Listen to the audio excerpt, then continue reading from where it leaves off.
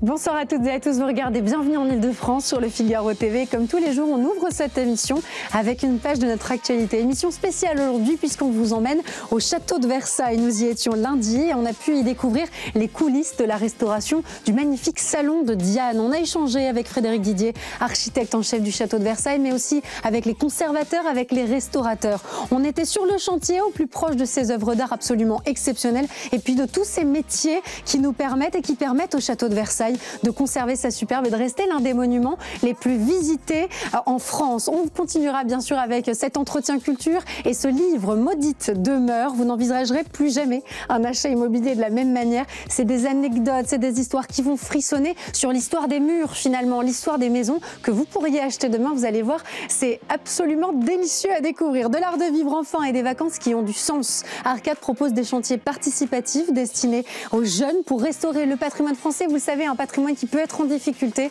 Et là, on joint l'utile à l'agréable et on crée du lien social. On en parle en fin d'émission.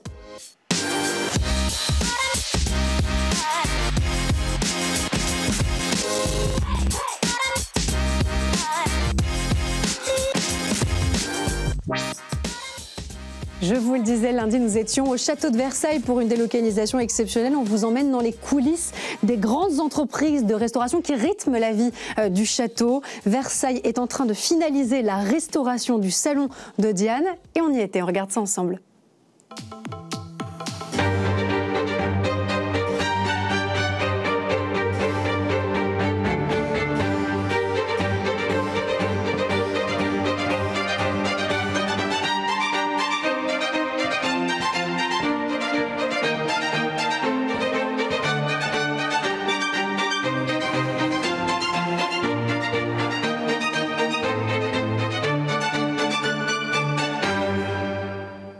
Alors, où sommes-nous ? Nous sommes dans la voussure du salon de Diane, le second salon des grands appartements du château de Versailles. C'est vrai que c'est difficile pour ceux qui nous écoutent, ceux qui nous regardent, de comprendre exactement où on est, puisque là, vous avez installé pour cette restauration un dispositif particulier autour de nous. Finalement, on est en hauteur, hein, il faut bien le dire. On est à combien de mètres là ? Alors, on est environ à 7 mètres de haut et donc on essaye effectivement d'atteindre le plafond puisqu'on a un travail sur les décors, que ce soit les décors de stuc, les décors de grisaille d'or ou les toiles marouflées absolument magnifiques. Est-ce que on peut expliquer peut-être à ceux qui nous écoutent pourquoi il y avait besoin de mener ces restaurations. Là, c'est vrai qu'avec le travail qui a été entrepris, c'est difficile à imaginer et on se demande ce qui a motivé finalement votre décision de faire cette restauration. Alors, ce n'est pas un caprice, c'est une nécessité absolue. En fait, ces décors datent des années 1670-1680. Vous voyez qu'ils sont bien vieux et ils ont évidemment subi plusieurs restaurations au cours de leur existence. En plus, ce sont des techniques sophistiquées, en particulier que ce soit la dorure, que ce soit les grisailles ou que ce soit les toiles marouflées. Donc j'allais dire un petit peu, ce sont de grands malades quelque part, sont de très vieilles dames qu'il faut traiter avec beaucoup d'égards. Et on avait la dernière restauration datait du milieu du XXe siècle. D'accord, en effet. Et donc il était plus que temps, 70 ans après, de réintervenir. Comment est-ce que ça se passe ? Je me mets dans vos baskets, j'essaye, dans vos chaussures. Quand on se dit, il va falloir commencer à restaurer un espace comme celui-ci, quelles sont les choses auxquelles on pense au premier chef ? D'abord, on étudie, si vous voulez, on documente, on regarde l'histoire, on la convoque, je dirais, pour savoir un petit peu, d'abord, quelle est l'histoire de la création de l'œuvre, bien sûr, et puis ensuite, quelle est l'histoire des restaurations de l'œuvre, et toutes les péripéties qu'il y a pu y avoir, sachant qu'on parle d'une œuvre d'art totale, en quelque sorte, depuis les élévations en marbre jusqu'aux toiles peintes du plafond. Mais tout ça doit être pensé dans une optique cohérente et complète, parce que c'est un décor qui a été voulu comme tel par Louis XIV et ses architectes et ses peintres. Donc une histoire très riche avec cette approche globale que vous devez aller questionner. Vous dites c'est un travail qui est fastidieux, qui est compliqué parce qu'on ne veut pas se tromper. Qu'est-ce qui a été finalement une des lignes directrices peut-être de cette restauration ? Alors d'abord c'est un travail d'échange. Hein. On n'est pas seul. L'architecte en chef des monuments historiques que je suis ne travaille pas tout seul. On travaille en particulier avec la conservation du musée et donc ça évidemment qui a une énorme compétence en particulier sur toutes les œuvres pictures picturale. Et puis, on travaille également avec la Direction régionale des affaires culturelles, qui a le contrôle scientifique et technique de l'opération. Donc, c'est une œuvre collective. On est sur une logique, si vous voulez, d'essayer de comprendre quel va être notre état de référence, vers quoi on va tendre par rapport aux strates de restauration, lesquelles on garde, lesquelles on supprime, quelles sont celles qui vont nous permettre d'exprimer l'œuvre. Et puis, on travaille donc avec cette histoire qui est tout le temps là à Versailles. Est-ce qu'on apprend aussi en travaillant? Est-ce qu'au fil de l'eau, au fil de cette restauration, il y a des décisions qui ont évolué, des modifications qui ont été apportées peut-être au plan de départ, au plan initial? Alors, en fait, il y a l'œuvre elle-même qui se révèle au fur et à mesure, et vous avez ici les restauratrices qui ont fait un travail absolument éblouissant de connaissances. On rentre dans l'intimité de l'œuvre. Ce sont des strates, ce sont des couches. C'est Salomé, c'est cette voile. Donc, on a obligatoirement une nécessité de voir les choses en face. Et à un moment, parfois, l'œuvre, elle déjoue un peu ce qu'on pensait. Et tant mieux, non, donc, finalement. Mais bien sûr. Et là, après, on prend des décisions, effectivement. C'est pour ça qu'il y a un comité scientifique qui suit le dossier. On aura cet après-midi une réunion, voilà. Et donc ça, c'est très important, cette collégialité, ces regards croisés sur cette œuvre. Et puis la compétence, évidemment, de tous ceux qui nous accompagnent, en particulier les restaurateurs. Des regards croisés, un travail collégial dont on va parler évidemment avec vous. Béatrice Sarrazin, merci beaucoup d'être en plateau.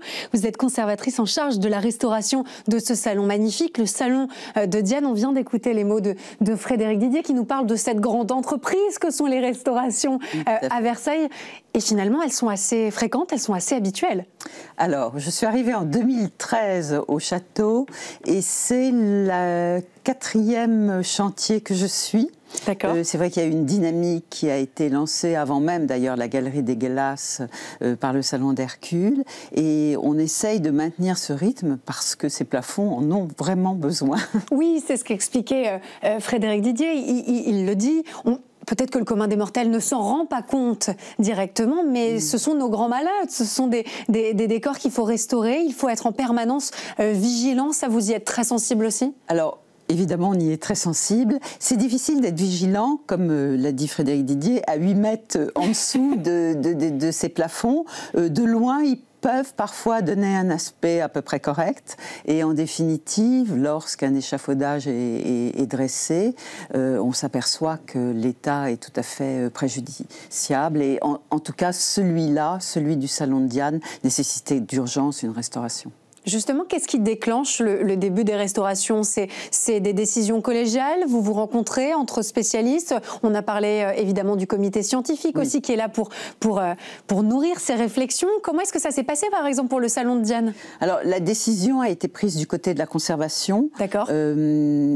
La conservation des peintures, puisqu'on avait déjà quand même une sorte d'état des lieux de l'ensemble des plafonds, et on savait que celui-ci était le plus urgent parmi les urgents. Il y a une sorte de cartographie, pardon, voilà, de l'urgence. Oui, on sait que le prochain sera Vénus, on espère Mars, on espère ensuite le salon de la guerre. Donc il y a une logique temporelle par rapport à l'état dans lequel se trouve l'œuvre.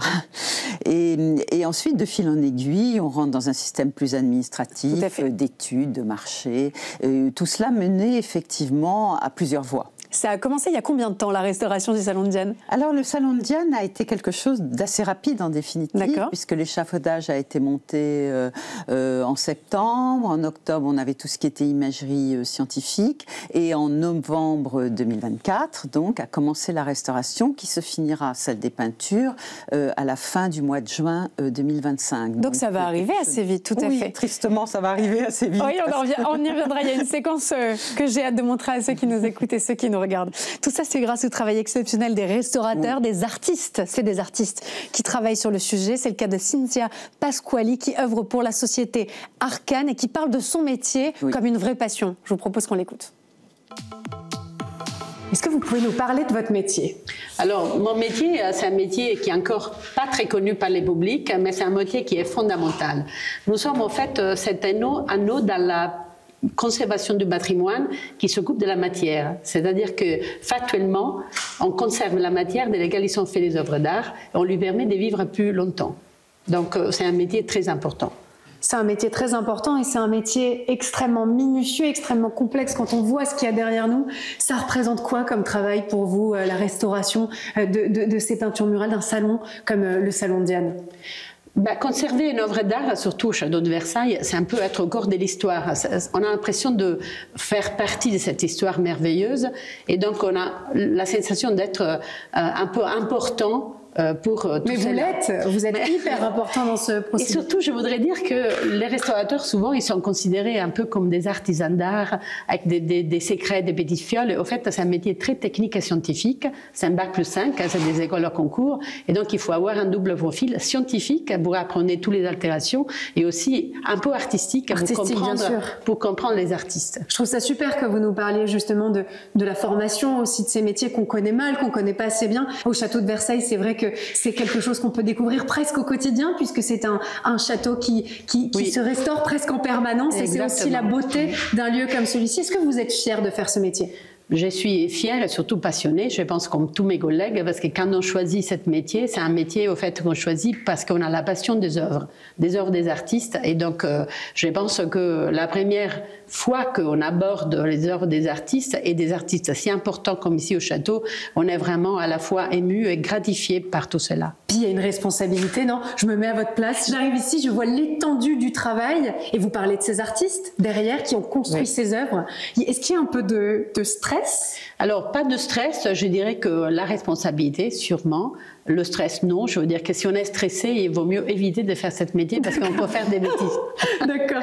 Donc, il faut maîtriser, je dirais, le protocole qu'on a mis à point, mais il faut dire que cette geste de restaurateur, c'est le résultat d'une réflexion qui est beaucoup plus large et complexe, où il participe plein d'autres acteurs, je dirais, des architectes, des historiens d'art, des conservateurs du château, des scientifiques. Donc, c'est très collégial. Exactement. Et donc, c'est le résultat, notre geste, de toute cette réflexion de tous ces gens ensemble. Et donc, ça nous allège de notre responsabilité parce qu'on est guidé dans cette geste-là. Béatrice Sarrazin, ça ressemble à quoi au quotidien de travailler avec des gens comme ça, des gens aussi talentueux, aussi passionnés, aussi amoureux de leur métier? C'est quelque chose qui est merveilleux, d'assister à une restauration, puisqu'on décortique l'œuvre, on la voit mise à nu, nettoyée, on discute avec les restaurateurs qui deviennent à un certain moment des amis, parce qu'on a la même effectivement passion. Et c'est vrai que c'est une des choses que j'ai vraiment le plus appréciée dans mon métier, c'est suivre ces restaurations de peinture, petit format, grand format, plafond. Et à chaque fois, j'imagine, et tout le monde le dit d'ailleurs, tout le monde le répète, c'est un travail collégial, c'est un travail d'équipe. C'est joli que ça soit rappelé à chaque fois finalement. C'est aussi une forme d'humilité? Ah oui, alors le restaurateur a en lui cette double aspect scientifique et praticien merveilleux de la matière, comme l'a dit Cinzia, et en même temps reste toujours humble, se retire par rapport à l'œuvre. Nous, on la commande plus facilement, les conservateurs. C'est normal, chacun son métier. Mais effectivement, tous ensemble, on a une vision légèrement différente et qui s'enrichit. Avec cette capacité de remise en cause permanente. On en a parlé avec Frédéric Didier qui est revenu sur un détail, mais un détail important. Vous allez voir, à chaque fois, ça fait l'objet de discussions, évidemment, qui mènent à des décisions importantes.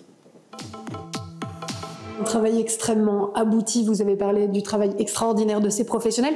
Derrière vous, par contre, ça m'intrigue un peu plus, cet espace juste derrière vous, avec ce qu'on devine être...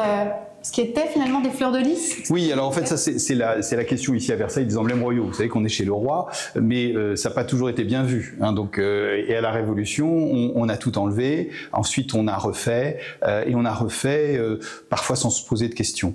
Et donc, du coup, dans une œuvre comme celle-là, on essaye d'aller jusqu'au bout pour regarder comment c'était, quelle était dans l'unité de l'œuvre, si vous voulez, la logique et la place en fait des armes de France, qui était la signature du roi, en quelque sorte. Donc aujourd'hui, c'était sur fond bleu. Est-ce que c'est ce qu'on découvre Alors, ici, ça, c'est ce qu'on avait.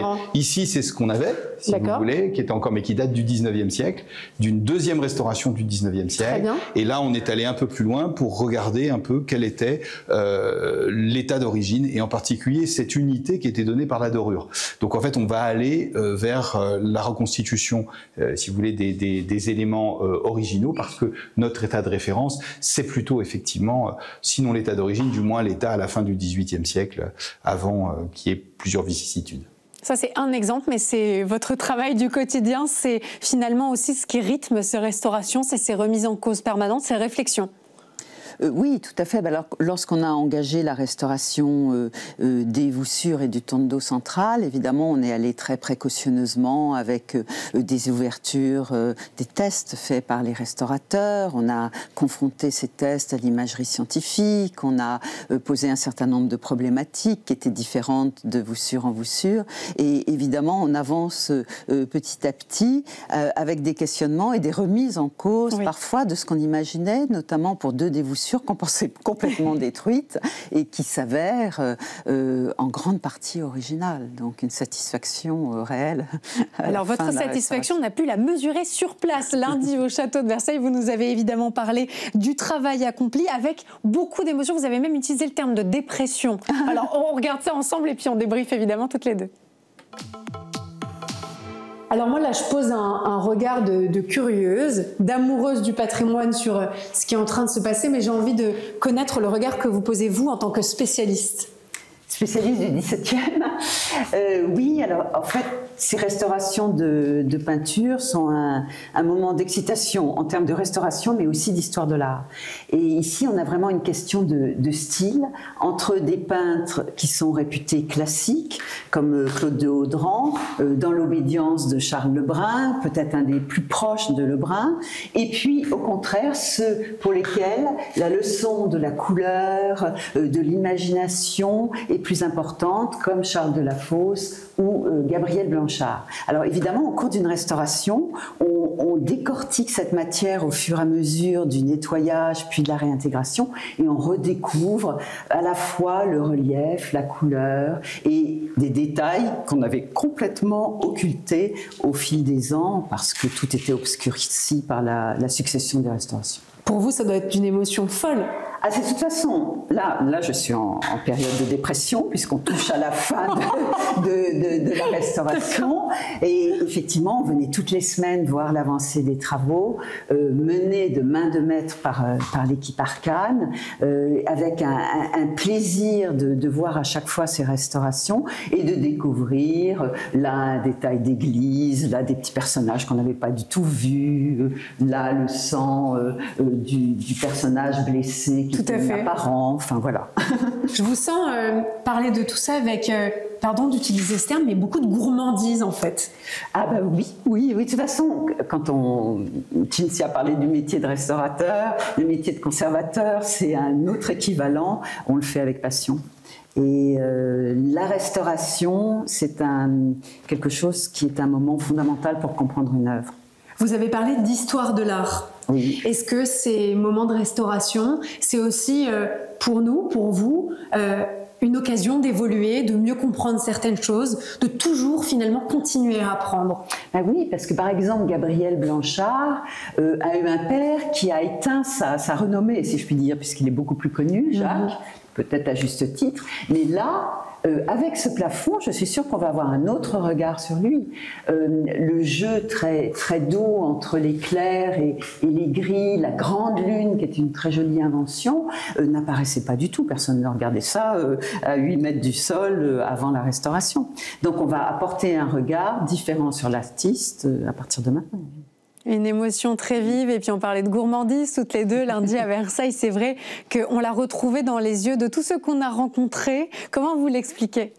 Enfin, je pense que c'est des moments particuliers. C'est la même chose que l'exposition, par exemple. Oui. Le jour où elle est terminée, on a comme un baby blues aussi. Bien sûr, j'allais dire, c'est presque comme un accouchement. Voilà. Il y a eu une gestation pendant la gestation, alors qui doit être encore plus forte pour le restaurateur qui touche l'œuvre, hein, objectivement. Oui. Mais nous, on y allait régulièrement, toutes les semaines, à minima, pour voir l'évolution effectivement de la restauration. Et il y a une sorte d'attachement, de complicité pendant plusieurs mois. Oui, là, d'ailleurs, on atteint les 9 mois. Donc, avec les restaurateurs, avec l'œuvre, là, on va avoir encore quelques temps l'échafaudage, donc on pourra encore y monter. Mais oui, il y a une sorte de début excitant, et puis ça touche à sa fin, et Et voilà, on a une sorte de petite tristesse, mais qui va se calmer, parce qu'on veut faire un ouvrage sur la restauration, donc ça va nous redonner un petit élan. Un petit blues, mais qu'on comprend bien, et dont nous a parlé aussi Cynthia Pasquali, encore une fois restauratrice chez Arcane. Elle nous a parlé finalement de l'immense travail accompli, puis elle s'en rendait compte là, devant la caméra du Figaro TV. Alors, cet plafond était un plafond qui était assez abîmé, au fait, parce qu'il y a eu, dans les siècles, plein de perturbations structurelles. Et donc, celui-ci, pour exemple, qu'on le voit aujourd'hui, il est terminé. Et donc, on ne voit pas toutes les lacunes, par exemple, qu'on a dû réintégrer. Et quand je parle de réintégration, c'est une opération, je dirais, de combler les lacunes, pas qu'on les voit, au fait. Hein, mais, au fait, on ne va jamais déborder sur l'original. C'est vraiment minimiser les altérations pour qu'on puisse le regarder, cet original qui reste, au mieux. Et quand vous le regardez là, qu'est-ce que vous vous dites? Qu'est-ce qui se passe dans votre tête? Qu'est-ce qui se passe dans votre cœur? Qu'on revient de loin, parce que c'était une peinture qui était très abîmée, effectivement, et en même temps, on a la sensation d'avoir effectivement donné à voir encore ce plafond le plus proche possible, c'est ce qu'il était à l'origine, à le public de demain. Le sentiment du travail accompli, elle le dit, on revient de loin. Et puis elle a parlé du public. C'est vrai que moi, c'est toujours quelque chose qui m'intéresse. Comment ensuite ça va être livré, délivré au public? C'est quelque chose qui vous inquiète toujours?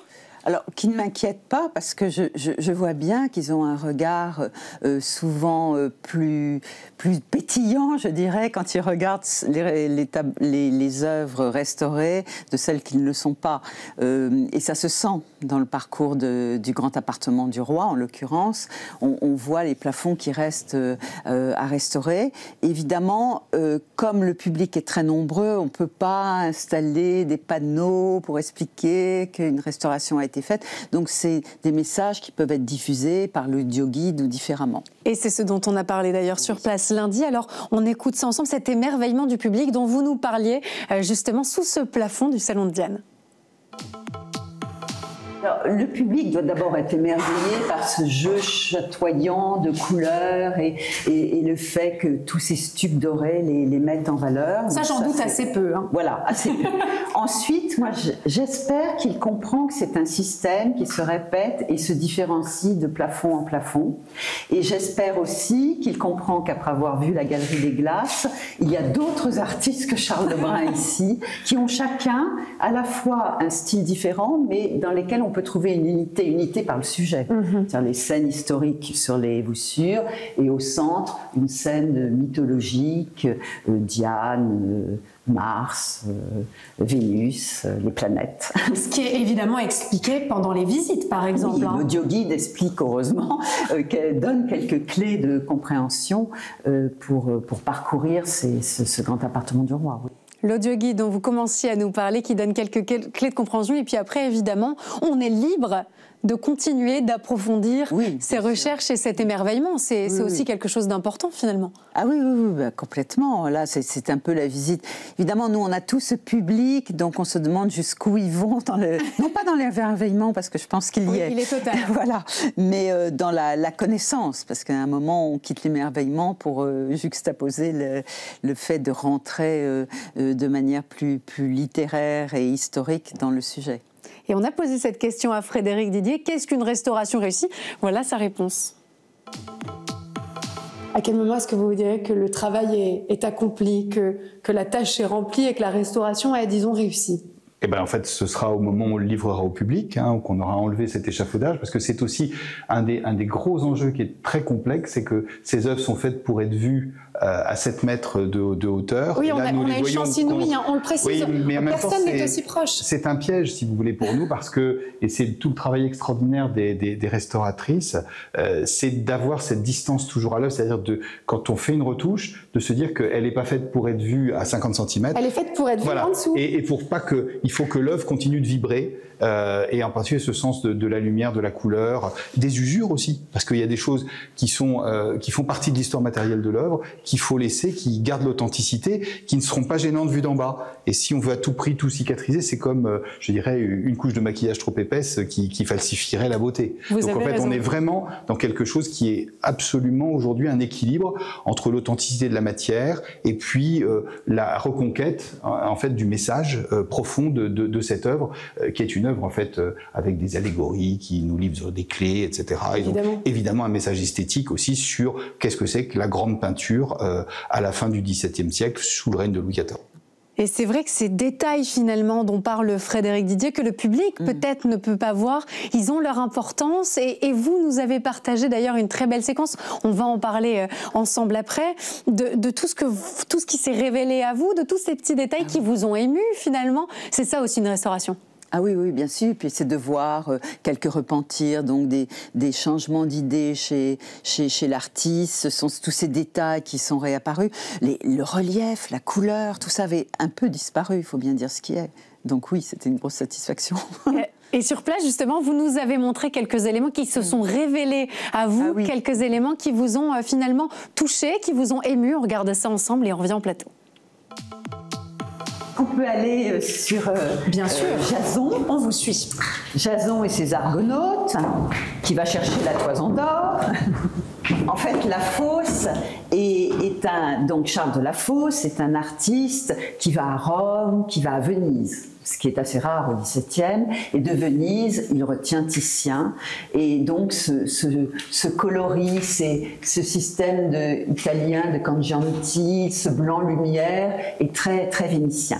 Mais il a un trait de caractère que l'on trouve complètement splendide et qui n'était pas apparent auparavant, je pense, c'est qu'en fait il y a des contrastes entre des parties définies au centre, et vous voyez ceci qui est à peine esquissé. Et ce détail-là, merveilleux, de ce personnage qui conduit, qui accompagne en fait Jason au centre, avec tous ces personnages qui se juxtaposent dans une forme de monochrome, c'est quelque chose de tout à fait splendide. Et j'avoue que ce détail-là est bien. Et puis on était tous excités, alors par le micro-détail que personne ne verra en bas, qui est l'apparition en fait de cette architecture. Qu'est-ce que c'est? Alors, un peu indéfini, mais qui était complètement indéfini avant. Et on en était tous ravis. C'est-à-dire que on sentait même pas le paysage. Au départ, on savait même pas ce qui se passait dans ce coin-ci. Or, il y a quand même un élément élevé, peut-être une colline et une architecture. Donc, c'était un petit détail qui satisfait quand on le retrouve. Ça fait partie des mystères et des réjouissances d'un lieu comme celui-ci. Oui, tout à fait. Et c'est vrai que c'est la magie de la restauration et la magie de ces travaux. Est-ce que vous nous avez parlé tout à l'heure de votre émotion, de ce petit pincement au cœur, de ce petit blues. J'imagine que vous êtes déjà aussi dans l'après. Est-ce que vous savez comment est-ce que vous envisagez à chaque fois la prochaine restauration? Il faut tout reprendre depuis le début ou vous vous basez quand même sur tous ces acquis, sur tout ce qu'on apprend, sur tous ces métiers que vous côtoyez? Alors pour la restauration, c'est vrai moi j'ai une connaissance, en plus j'ai travaillé au service de restauration au C2RMF avant, donc c'est vrai que la restauration c'est un domaine que j'ai pu approfondir, donc tout cela sert, un certain âge, tout ce cumule, évidemment, tout cela sert. C'est autant d'expertise. Voilà, d'avoir suivi la restauration de plusieurs plafonds aussi, parce qu'il y a ces grandes campagnes de restauration auxquelles faisait allusion Frédéric Didier au XIXe siècle, puis au milieu du XXe siècle, après la Deuxième Guerre mondiale. Donc on a des constantes, si je puis dire, qu'on peut suivre. Donc bien sûr que chaque restauration nous a apporté un élément à la fois habituel mais aussi nouveau, et que la prochaine, qui sera sans doute le salon de Vénus, on a des armes entre les mains pour suivre la suite. Et Versailles, c'est toujours cette part de rêve incroyable. Et ça fait partie aussi de ce qui est acquis, je crois. Et ça sera le mot de la fin avec Frédéric Didier. On écoute ça ensemble. Versailles, c'est aussi cette part du rêve, de ce sentiment d'être transporté hors du temps, dans un lieu qui est absolument magique, parce qu'il a gardé justement toute cette ampleur, et quelque part, même si c'est une musique, le temps a coulé, mais on a encore ce sentiment, si vous voulez, voilà, d'être dans une sorte de rêve éveillé. Et donc je crois que c'est ça qui est important, c'est d'abord de sentir, et puis après, on se documente si on a envie d'en savoir plus. En tout cas, c'est le sentiment qu'on a aujourd'hui. Merci beaucoup de nous accueillir dans cet endroit incroyable et d'être au plus près de ce travail absolument magnifique. Un grand merci. Merci à vous. Je ne vous demande pas si vous êtes d'accord sur le fait que Versailles, c'est le rêve.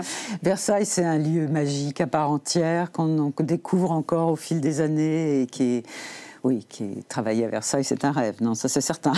Un grand merci en tout cas et de nous avoir accueillis lundi pour cette restauration du Salon de Diane et ces moments magnifiques partagés avec vous et avec tous ceux qui œuvrent pour que ça soit possible. Un grand merci Béatrice Sarrazin. Je rappelle que vous êtes conservatrice en charge de la restauration, notamment du Salon de Diane. C'était un bonheur de vous avoir en plateau et on passe tout de suite à l'entretien culture. C'est parti.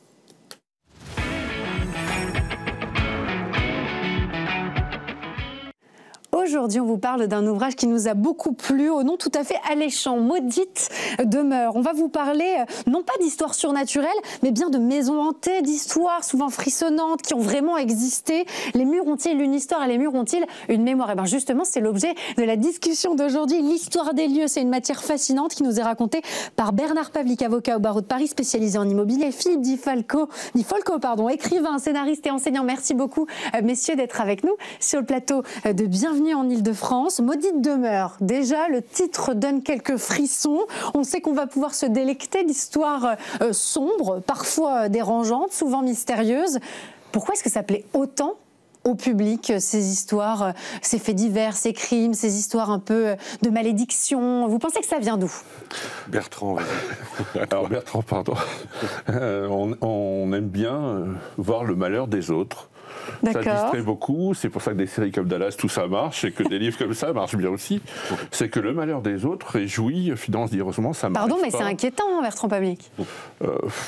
Oui, j'en vis. Donc non, c'est pas inquiétant, simplement. C'est vrai que ça fascine parce que c'est tellement exceptionnel. Philippe a trouvé des histoires, on en a parlé. Même nous, on en avait du mal à y croire. Il y en a une où on a relaté une expertise judiciaire. Tout à fait. Pourtant, on la vit, mais on a vraiment du mal à y croire. C'est-à-dire qu'en fait, chaque fois qu'on allait dans une pièce, un appartement différent, c'était vraiment la chanson Madame Marquise, tout va très bien. C'était à chaque fois pire. Incroyable. Philippe Di Folco, comment cette aventure a commencé? Ça a commencé parce avec Bertrand, on a une amitié qui a une dizaine d'années. C'est toujours sympa d'avoir un ami avocat. Et on adore les livres, on est très bibliophile. Et on se balade beaucoup en librairie. Et on a constaté tout simplement qu'il manquait un livre qui racontait un peu une partie de ton métier, une partie du mien. C'est raconter des histoires, ça c'est mon métier. Et puis je crois que les avocats aiment bien aussi raconter leurs histoires. Et donc on a essayé, si on écrivait un livre à quatre mains, et on l'a fait. On a trouvé une merveilleuse éditrice au Rocher, Agnès Vidali d'ailleurs, qu'on salue. Et voilà, ça s'est fait comme ça. Et ces histoires, alors comment vous les avez découvertes? Pour certaines, j'imagine, redécouvertes, le syndrome de Diogène, la ruine des Rothschild ou encore la maison qui saigne. Vous allez évidemment nous en dire un peu plus, mais comment on découvre, on redécouvre ces histoires? Au départ, Bertrand Bertrand a tout un stock d'histoires depuis 25 ans. Je crois que tu plaides depuis 25 ans, donc il avait quantité d'histoires. Voilà. Je suis très jeune, mais enfin bon. Ouais. Des histoires donc, que vous avez expérimentées déjà dans le cadre de votre travail ou que vous avez découvert à cette occasion? Alors, sauf pour Landru, c'est historique. D'accord. On est allé visiter la maison de Landru à Gambel. Il y a des histoires, effectivement. On en a parlé. Il y a une expertise judiciaire qui est incroyable. Donc le titre d'ailleurs, c'est Tout va très bien, Madame la Marquise, parce que c'est vraiment exceptionnel.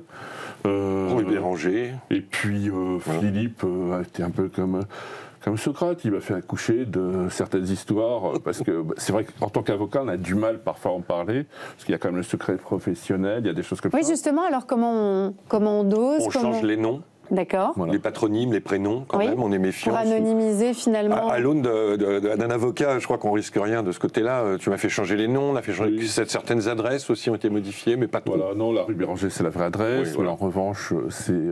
Donc on prend certaines précautions. Bien sûr. Après, quand l'affaire est publique, on peut en parler comme on veut. Par exemple, cette maison au mur qui saigne. Alors c'est une vieille affaire qui remonte à 1986, sauf erreur, qui avait été, vous le savez, nous le rappelons dans le livre, mise en valeur par TF1 à l'époque, qui lançait une nouvelle émission à grand renfort de trompette. Mystère. Tout était dit. Voilà, c'était piqué aux États-Unis. Et effectivement, je crois que 40 ans après, on peut dire que c'est une vaste fumisterie. Bon, je ne révèle pas la fin. Non, on va pas révéler évidemment ni le début ni la fin de ces histoires. Mais ce qui est intéressant, c'est de se rendre compte finalement de ces histoires incroyables qui peuplent les maisons, qui peuplent peut-être nos maisons. Est-ce que c'est aussi dans cette logique que vous avez eu envie d'écrire ce livre, presque comme un guide de bonne pratique de « Attention, vous vous apprêtez à acheter une maison, vous feriez bien d'y regarder à deux fois ». C'est exactement ça. Toutes ces histoires sont du pain béni, je l'ai déjà dit, mais il faut savoir s'entourer de professionnels compétents. Si vous achetez une maison, au moins prenez les services d'un architecte. parce qu'il va vous dire non, cette maison-là, faut pas, parce qu'il y a tel risque. Il y a une histoire qu'on n'a pas voulu mettre, par exemple, peut-être dans le prochain, c'est la maison qui fait du ski. La maison qui fait du ski, c'est une maison qui glisse? Voilà, c'est-à-dire qu'ils avaient oublié de mettre des pieux, donc la maison, elle est descendue sur 100 mètres, comme ça, tranquillement. Hein. Là, en effet, pour se prémunir, un architecte, ça marche. Pour la maison qui saigne, typiquement, ça marche pas, pardon. Mystère et boule de gomme. Mystère et boule de gomme. Avec l'intervention de la gendarmerie qui a fermé les yeux sur, en fait, un complot qui est lié au propriétaire, en fait. Oui. Donc, quand on dit maison hantée, des fois, on peut aussi... attention, c'est un terme qui est un peu galvaudé. Elles ne sont pas forcément hantées, ces maisons. Il y a des histoires, je crois que Bertrand, on n'était pas trop pour axer là-dessus au départ, mais on a laissé 3-4 histoires qui ont une dimension... Il y a des choses qui ne s'expliquent pas. Hein. Voilà, une dimension mystique, si vous voulez. Mais nous, honnêtement, je ne sais pas, Bertrand, on n'y croit pas. C'est-à-dire que nous, on ne croit pas à ça. Lui et moi, on est très rationnels. On aime bien le rationalisme merveilleux, c'est sûr, mais à un moment, il faut expliquer aux gens. C'est un ouvrage pédagogique, je crois, qui donne des clés, des solutions, comment éviter de se faire avoir. Quand on achète. Tout à fait. Voilà. Donc, oui, puis tout n'est pas toujours de l'ordre non plus du surnaturel, du paranormal, de l'extraordinaire, de l'exceptionnel. Ça peut éventuellement être le cas de certaines histoires qui ne trouvent pas d'explication, mais globalement, il y a des explications qui sont très rationnelles, et c'est d'ailleurs pour ça qu'on peut se protéger en tant que futur acheteur. Alors, les lieux ont tous une histoire. Bon, juste avant nous, il y avait Versailles qui a une histoire effectivement colossale, mais il y a toujours quelque chose. Alors, vous ne pouvez pas l'acheter, hein, et moi non plus par ailleurs. Non. Donc c'est bon, pas de risque. Je vais peut-être augmenter un peu mes honoraires, mais je crois que je vais avoir du mal. C'est ça. De toute façon, non, c'est invendable de toute façon, puisque c'est un bien public. Mais non, il y a quelque chose qui imprègne des lieux. Je ne crois pas aux histoires de fantômes. Ce qu'on a appelé l'esprit des lieux, ça on y croit. L'esprit des lieux, alors justement, ça m'intéresse. On dit de manière un peu mystique, et puis aujourd'hui c'est très à la mode. Je me sens bien ici, je sens une bonne, attention le mot, énergie, une bonne vibe, exactement. Qu'est-ce que ça dit? Est-ce que c'est vrai? Est-ce que ça existe? Oui, enfin, moi j'y crois parce que c'est en fait c'est le paradoxe qu'on a soulevé avec Bertrand dans le livre, c'est que j'adopte cette maison, je la sens bien la maison, mais la maison doit vous adopter. D'accord. Vous voyez, c'est une adoption à double sens. C'est comme un couple. C'est comme un couple. Good Vibrations des Beach Boys dans les deux sens. Hein. Mais oui, mais il y a... Mais on peut se tromper alors, non? Parce que notre instinct peut bien nous guider. On peut sentir que, par exemple, il y a beaucoup de personnes qui le disent, quand il y a eu un crime ou une histoire absolument atroce dans une maison, on peut se sentir, tout d'un coup, on a le sang qui se glace, on ne sait pas l'expliquer. Bon, ça a été... il y a eu de nombreux témoignages de cet ordre-là, mais est-ce qu'on peut vraiment toujours se fier à son instinct? Il y a une histoire qui se passe à Metz. Donc, effectivement, la messe est dite, mais je ne vais pas vous la dire quand même. Dommage. Mais c'était la maison d'un serial killer. Donc après, à vous de... Mais ça, on ne le sait pas, moi, je trouve ça dingue. Ils ne le savent pas. Mais comment c'est possible? Alors, mais est-ce qu'il n'y a pas une asymétrie d'information aussi qui est véhiculée par, évidemment, les vendeurs qui n'ont aucun intérêt à ce que ça se sache, et puis derrière le voisinage, enfin, je ne comprends pas. Il faut compter sur le voisinage, il faut compter aussi sur... Tout à chacun, on peut chercher sur Internet de l'info. Hein. Maintenant, aujourd'hui, oui. Il a été bon, le serial killer, c'est tout. Hein, quelle horreur! J'ai pas entendu ce que vous m'avez dit, j'ai pas entendu. On l'a pas découvert, non, mais il n'y avait pas tous les moyens technologiques d'aujourd'hui. C'est vrai. Bah ouais. Donc aujourd'hui, c'est plus difficile de se tromper quand même, non? Il y a quand même des gens qui continuent à se faire avoir, qui sont encore des gogos. Hein. C'est pour ça on met en garde, on dit, mais attendez, un expert, ça coûte rien. Tu peux venir un expert. Pour 500 €, 1000 €, vous évitez... mais il va nous dire quoi, l'expert? Non, il n'y a pas de meurtre ici? Ah non, ça c'est non, pas ça. Non, là, il faut un exorciste. D'accord, ok, c'est autre chose. Alors que nous dit l'expert? On ne prend pas de risque. Non, l'expert, il va examiner la maison, mais vous avez une histoire qui se passe à Marseille, où effectivement tout est pourri, l'électricité, tout ça. Ça se voit. Ça, il suffit d'avoir un architecte qui va regarder, et ça vous évite. Franchement, je plains ce couple. Mais il fallait prendre un architecte, ça leur a coûté 1000 € à tout casser. Et puis c'était réglé. Hein. 120 000 € de travaux et pour un achat de 300 000. Hein, en effet, le calcul, il est vite fait. Hein. Bon, on a parlé de Metz, on a parlé de Marseille. Moi, j'aimerais qu'on parle de l'Île-de-France, parce qu'on a un patrimoine qui est très riche, avec des illustres personnages également qui ont peuplé notre région, qui continuent à le faire. Est-ce que c'est une région particulièrement intéressante en la matière? Il y a une forte concentration de population. Oui, donc, déjà. Effectivement, ça attire beaucoup de monde et mine de rien, il y a Paris, mais autour de Paris, il y a quand même des coins paumés. qui sont magnifiques. Hein. Qu'est-ce que vous allez me dire après? Et donc ça veut dire qu'il n'y a personne, donc on peut facilement s'amuser à la manière d'un serial killer ou qui est un peu... Ah oui, donc on n'est pas protégé parce qu'on habite une grande ville et que donc on se dit non, il y a toujours ces petites maisons, cette petite maison au fond de la rue sombre qui fait peur. Ce qui arrive à ce couple charmant qui va à Milly, du côté de Milly-la-Forêt, qui fait partie de cet exode rural qui a eu lieu pendant le confinement ou après le confinement, tout le monde a vécu qui se dit oh maintenant Paris c'est fini, la petite maison en banlieue parisienne et à l'extérieur. En fait, elle a une histoire. Ça commence avec des voisins qui sont un peu chelous, qui commencent à dire des trucs. Le mari est plutôt cool, mais la fille est ultra sensible, en fait. Elle a dit non, mais moi, ça, j'en veux plus de la maison.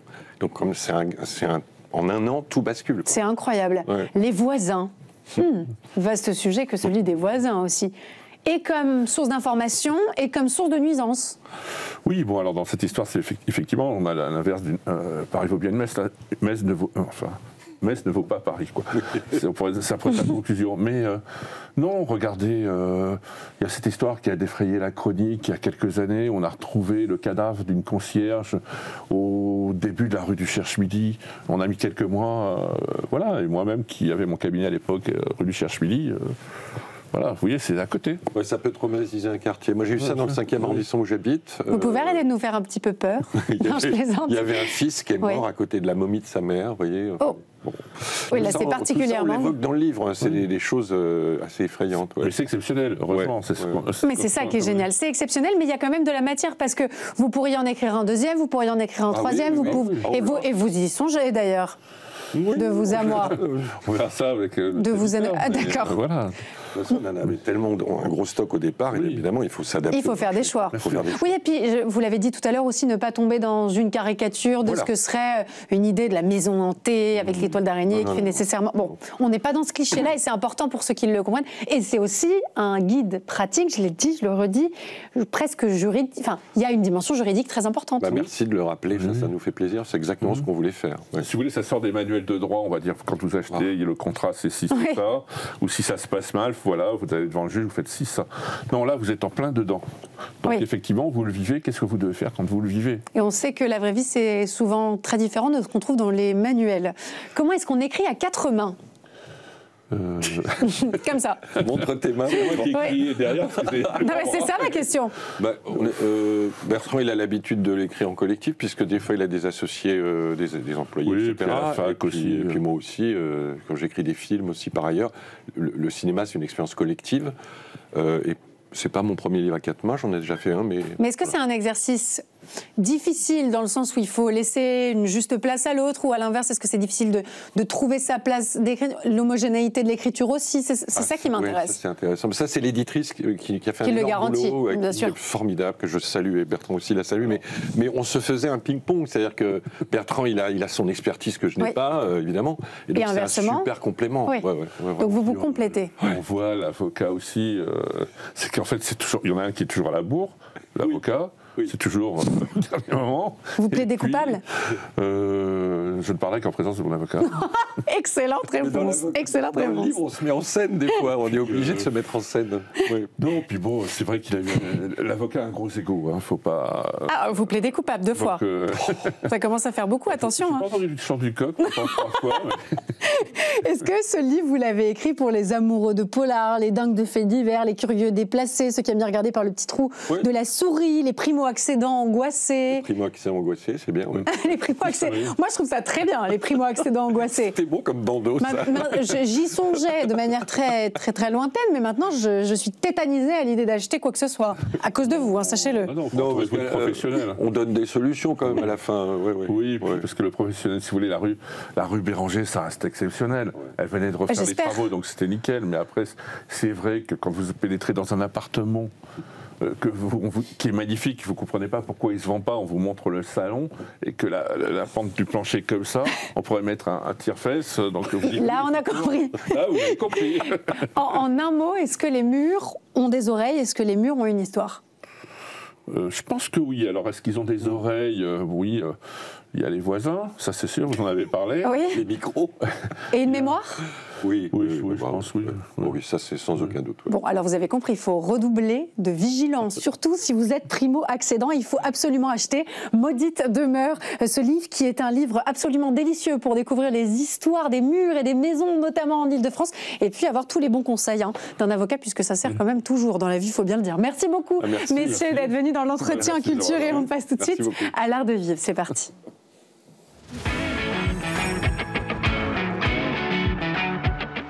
Les vacances d'été approchent à grands pas. En tout cas, moi, j'essaye de me projeter dans cette idée-là. Alors, ce n'est pas que l'occasion de souffler, de décompresser. Ça peut aussi être l'occasion de donner du sens à ses vacances, de sortir un peu de sa zone de confort, de se rendre utile et puis de partager. C'est le cas des chantiers participatifs.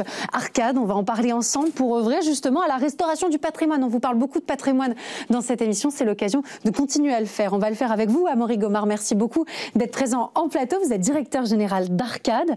Des vacances où on travaille, sur le papier, c'est dur à vendre, attention. Hein. C'est pas très sexy comme ça. Alors sur le papier, c'est compliqué, mais en vrai, ça marche comment? Ça marche très bien.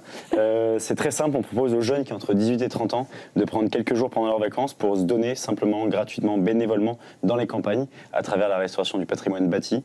Et c'est ce qu'on propose du coup, c'est sessions de chantier, entre 5 et 20 jeunes par session pour restaurer une église de village, un château, un moulin, tout ce que nos campagnes comportent comme patrimoine. Et avec cette double dimension sur le chantier, des travaux manuels pour aider à restaurer le patrimoine et des temps de lien social avec les habitants, parce qu'on ne peut pas restaurer un bâtiment au milieu de nulle part. Sans connaître son histoire, voilà, oui, bien sûr. Et le territoire qui l'accueille. Et du coup, voilà, on part aussi à la rencontre des habitants. Donc voilà, c'est 2 temps sur les chantiers. Alors c'est vrai que travailler pendant ses vacances, ça peut paraître un peu paradoxal. Mais ça prend une autre dimension, évidemment. Exactement. C'est donner du sens à ses vacances pour beaucoup de jeunes qui sont souvent derrière des écrans toute la journée, pour leur travail ou leurs études. Et ben, sortir un peu à la campagne et faire des travaux manuels, ça peut faire du bien. Alors justement, vous me parlez des 18-30 ans. Ouais. Il y a aussi derrière une question de quête de sens, de se rendre utile, de savoir pourquoi on fait les choses, de laisser aussi une trace, d'avoir un impact.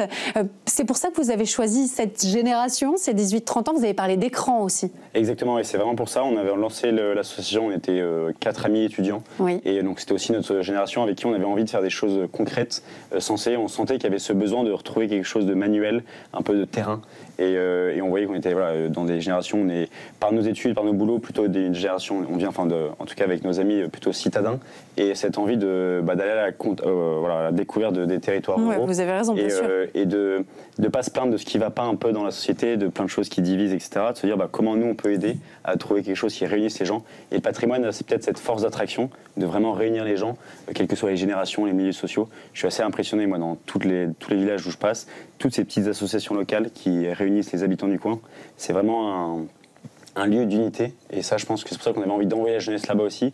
C'était de se dire, on a peut-être besoin de retrouver dans la société des lieux qui réunissent les gens. Il y a tellement de choses qui nous divisent. C'est vrai que le patrimoine mobilise les Franciliens, les Parisiens. On sait que il y a aussi des gros besoins de financement, de restauration. On en parle suffisamment dans l'émission. Est-ce que les jeunes avec lesquels vous discutez, en amont peut-être de ces projets, vous disent que ça les touche particulièrement d'œuvrer pour le patrimoine, d'aller justement dans ces territoires? Vous avez parlé presque d'un besoin post-Covid aussi, ce besoin de se reconnecter à quelque chose de concret, de vrai, de réel, nos terroirs, nos territoires? Complètement, et on a notamment surfé sur l'après-Covid, parce qu'on a lancé les premiers chantiers à l'été 2020, donc juste après le premier confinement, et ça a marché dès le premier été. Et en effet, il y a vraiment ce souci-là, je pense, de voir aussi le fruit de son travail. C'est beaucoup sont dans des jobs ou dans des entreprises où ils sont un peu au milieu d'une grande chaîne de production, entre guillemets. Oui. Et en fait, quand on remonte un mur en maçonnerie, quand on remet de l'enduit à la chaux, quand on repose une toiture, en fait, on voit le travail avancer et ça fait du bien au moral. Je pense qu'il y a aussi une question un peu de... Oui, savoir réaliser quelque chose de ses mains. Oui, c'est ça, vraiment. Et alors vous avez quand même dit maçonnerie, chaux et enduit. Quand on n'y connaît rien, comment on fait? Et ben, c'est là où il y a besoin d'artisans. On apprend. Et du coup, on apprend et on se fait encadrer par des artisans souvent locaux qui sont très contents de transmettre leur savoir-faire. Oui. C'est souvent des artisans qui ont du mal à recruter, à avoir des nouveaux apprentis ou autres. Je dis pas que nos volontaires vont devenir leurs apprentis, mais en tout cas, c'est un temps où ils peuvent transmettre leur savoir-faire avec des jeunes motivés d'apprendre. Et il y a donc ce côté de voir le fruit de son travail et aussi d'avoir un peu des temps de cohésion entre jeunes. Je pense qu'il y a un grand sujet quand même aussi dans la jeunesse qui est parfois la solitude. On a beau être en ville, on a beau avoir les réseaux sociaux. Il y a un isolement qui est réel. réel, bien sûr. Un vrai isolement. Et ben en fait, c'est un lieu où on va se faire des vraies amitiés.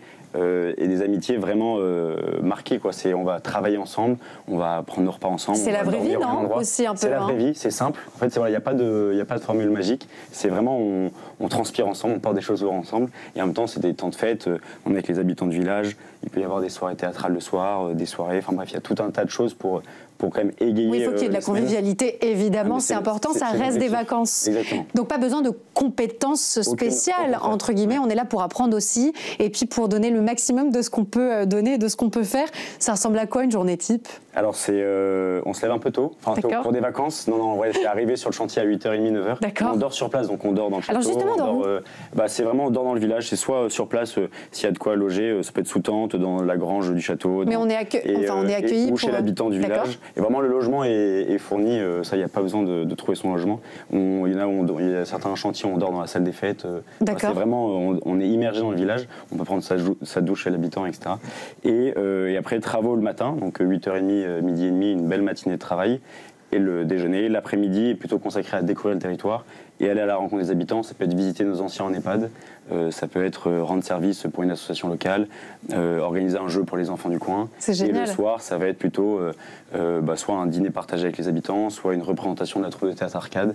Voilà, c'est plein de petits temps d'action. Donc il y a une troupe de théâtre arcade qu'on a lancée pour justement venir faire du patrimoine un lieu qui réunit, c'est-à-dire qu'on invite tous les habitants du coin à venir assister à la représentation. Le patrimoine doit être une grande fête. Exactement.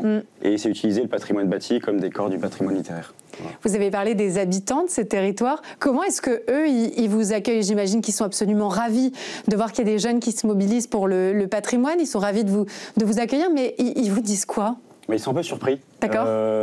Ils sont quand même surpris au début parce que c'est pas forcément l'image qu'on peut avoir de la jeunesse aujourd'hui, une jeunesse qui est prête pendant ses vacances à se donner gratuitement comme ça. Donc ça surprend un peu. Je me souviens d'une mère, petit village au centre de la France, qui était un peu surprise de dire mais vraiment à pas comprendre pourquoi des jeunes se donnaient comme ça. Mais ils sont complètement emballés et ça leur donne un peu, je pense pour certains, un peu d'espoir.